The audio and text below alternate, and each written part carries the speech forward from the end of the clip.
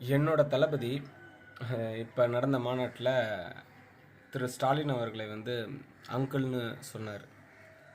அதாவது அவரை தான் அங்கிள்னு சொன்னார். ஸோ திமுக ஆட்கள் எல்லாமே கொந்தளிக்கிறது ஓகே, அதெல்லாம் நியாயப்படுறத வேலை தான்.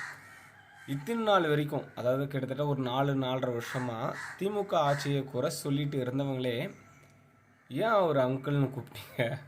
இது மிகப்பெரிய தப்பான வார்த்தை. அதாவது பிஜேபியாக இருக்கட்டும், அதிமுகவாக இருக்கட்டும், இந்த என்டிகேவாக இருக்கட்டும், மற்ற சரத்குமாராக இருக்கட்டும், ஸோ இவங்க எல்லாருமே மொத்தமாக ஆப்போசிட் பண்ணுறது தளபதி விஜய் மட்டும்தான். இப்போ அதாவது ஒரு விஷயத்தை அவர் திணிக்கும் போது தான் யார் யாரெல்லாம் அவருக்கு ஆப்போசிட்டாக நினைக்கிறாங்கன்றது நமக்கு நல்லா இப்போ தெரியுது, புரியுது.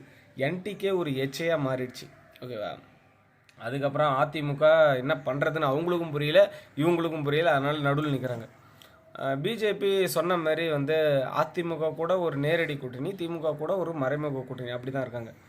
இதில் திமுக காரங்க என்ன பண்ணுறாங்க அப்படின்னு பார்த்தீங்கன்னா, நம்மளை விமர்சிக்கிறோம் அப்படின்ற மாதிரி, அதாவது தாவைக்காவை விமர்சிக்கிறோம் அப்படின்ற பேரில் அவங்களே கெட்ட பேர் உண்டாக்கிட்டு இருக்காங்க. நாங்கள் அங்கிள் தாங்க கூட்டோம், நீங்கள் தகாத வார்த்தைகளை எத்தனை மேடையில் எவ்வளோ பெரிய விஜயகாந்த் சாராக இருக்கட்டும், இந்த மாதிரி என் தளபதியை கூட சேர்த்து தான் சொல்கிறேன். ஸோ இவங்களை எல்லாருமே நீங்கள் அவ்வளோ விமர்சிச்சிருக்கீங்க இல்லைங்களா? இதே என்டிகே சீமான் விஜயகாந்தை பற்றி அவ்வளோ தவறாக பேசியிருக்காரு, ஸ்டாலினை பற்றியும் தவறாக பேசியிருக்காரு. அப்போல்லாம் அதை கொச்சையாக பேசியிருக்காங்கன்னு வச்சுக்கலாம். அசிங்கமாக பேசாத குறை தான், கிட்டத்தட்ட அசிங்கமேனு வச்சுக்கோங்களா.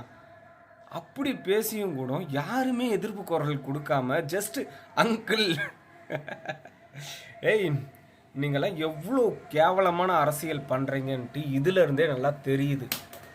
அரசியல் பண்ணுங்க, ஓகேயா? அதாவது எங்களுக்கு எல்லாருக்குமே அரசியல்னால் என்ன தெரியாது அப்படின்ற பட்சத்தில் ஒரு காலத்தில் நீங்கள் பண்ணியிருந்தீங்க, ஓகே. ஆனால் இப்போ பச்சையாக தெரியுது நீங்கள்லாம் எப்படி கேவலமான அரசியல் பண்ணிகிட்டு இருக்கீங்க அப்படின்றத. இது எல்லாத்துக்கும் பாடம் 2026 மக்கள் கொடுப்பாங்க, பார்த்துட்டு தான் இருக்காங்க. நீங்கள் எல்லாமே அப்போ எப்படி அரசியல் பண்ணீங்க, இப்போ தளபதி வந்ததுக்கப்புறம் எப்படி அரசியல் பண்ணீங்க, அதாவது ஆட்சியே ஒருத்தர் பிடிக்கல, ஆட்சியே கைப்பற்றல, அவரை பற்றி இவ்வளோ குறை நிறைய எல்லாத்தையும் பற்றி பேசின்னு இருக்கீங்க. இன்கேஸ் அவர் ஆட்சியை புஷ்டாருன்னு வச்சுக்கலாம், உங்களால் அப்படியே உட்கார முடியாது பிள்ளைங்க, அந்த அளவுக்கு இருக்கிறீங்கெல்லாம். இன் ஃபியூச்சர் 2026 மக்கள் கையில் தான். மக்கள் யார்கிட்ட அப்படின்னு பார்த்தீங்கன்னா எங்கள் தளபதி கிட்ட தான். 2026 வெற்றி நிச்சயம். கதறவங்க எல்லாம் கதறிட்டே சாவுங்கடா டே.